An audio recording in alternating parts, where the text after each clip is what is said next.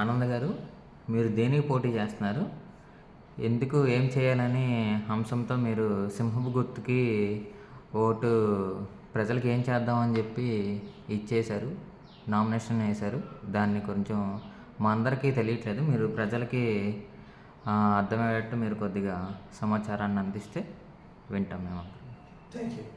Well, నేను దేనికి పోటీ చేస్తున్నాను మీరు అడగచ్చు. వంశీ గారు లేకపోతే యార్లగడ్డ గారు అలాంటి పెద్ద పెద్ద దిగ్గజాలు, అంటే వంశీ గారు అంటే వైఎస్ఆర్సీపీ అండ్ యార్లగడ్డ గారు అంటే తెలుగుదేశం లాంటి పెద్ద పార్టీలు, స్థిరపడిపోయిన పార్టీలు ఉన్నప్పుడు ఫార్వర్డ్ బ్లాక్ తరఫున సింహం గుర్తు మీద పోటీ చేయడానికి ఎందుకు ముందుకు వచ్చారు, ఏం చేయాలని ముందుకు వచ్చారంటే, ఫార్వర్డ్ బ్లాక్ పార్టీ అనేది సామాన్యులకు, అంటే నాలాంటి వాళ్ళకి, మిగిలిన లాంటి వాళ్ళకి ఎమ్మెల్యేగా పోటీ చేయడానికి అవకాశం ఇచ్చే ఒక పార్టీ. ఇది లాబీయిస్టులతోటి, కార్పొరేట్లతోటి నిండిపోయింది కాదు, ధనికులతో రాజకీయం మొత్తం నిండిపోయింది. ధనమే మొత్తం అంతా పంచబడుతుందో మరి ఏం జరుగుతుందో ప్రజలకు తెలుసు. కాబట్టి సామాన్యులు కూడా పోటీ చేసి తన హక్కును వాడు వినియోగించుకోవాలనే ఉద్దేశంతో ఫార్వర్డ్ బ్లాక్ రాజు గారు నాకు అవకాశం ఇచ్చారు.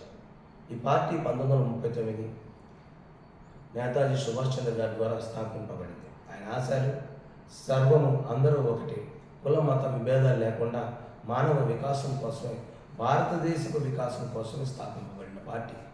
నా హృదయంలో చిన్నప్పటి నుంచి ఉన్న ఆలోచనలు దానికి సేమ్గా ఉండడంతో రాజుగారిని కలిశాను. ఆయన గారు నాకు ఫామ్ బి ఇచ్చారు. ఈ నామినేషన్ ప్రక్రియ మొత్తం జరిగిన తర్వాత నేను నామినేషన్ యాక్సెప్ట్ అయింది. నేను ముందుకు వచ్చాను. మరి సింబల్, పార్టీ సింబల్ సింహం, అది మొదటి నుంచి ఉంది, నేను పెట్టుకున్నది కాదు. మరి ఆ సింహం సింబల్ మీద నేను పోటీ చేయడానికి ముందుకు అవకాశం కలిగింది.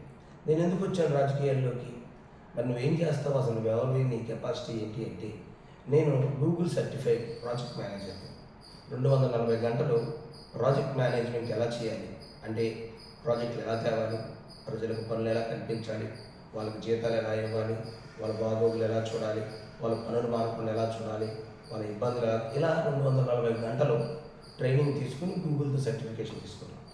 ఇంకా నెక్స్ట్ తర్వాత ప్రొఫెషనల్ ప్రాజెక్ట్ మేనేజర్ అనే ఒక certification, PMP, project management professional. అది ఆ సర్టిఫికేషన్ సాఫ్ట్వేర్ చేసిన వాళ్ళందరికీ ఐడియా ఉంటుంది. నేను ఆ సర్టిఫికేషన్ కూడా చేశాను. అది చాలా కష్టమైంది. నేను దాన్ని అజైల్ మెథడాలజీ అని చెప్పి దాన్ని తీసుకొస్తున్నాను. అజైల్ మెథడాలజీ అంటే అందరినీ కలుపుకుంటూ అన్ని రకాలుగాను పనులు పూర్తి చేయడంలో అది ఉపయోగపడుతుంది. సో నా దగ్గర కొన్ని ప్రాజెక్టులు ఉన్నాయి. అది చేయడానికి నాకు కొన్ని అవకాశాలు కావాలి. నేను స్త్రీలకి, ఇంట్లో ఉన్న స్త్రీలకు నెలకు మినిమం 3,000 వచ్చేలాగా సహాయం చేయగలను. గన్నవరం అసెంబ్లీ మొత్తం వయోజన విద్య కార్యక్రమాన్ని మళ్ళా పునఃప్రారంభించి గన్నవరం అసెంబ్లీ నియోజకవర్గం మొత్తం కంప్లీట్గా ఎడ్యుకేటెడ్ అసెంబ్లీ నియోజకవర్గంగా మార్చగలను. చిన్నపిల్లలు చదువుకుంటే ప్రోత్సాహంగా ఫండ్ సిద్ధపరచగలను.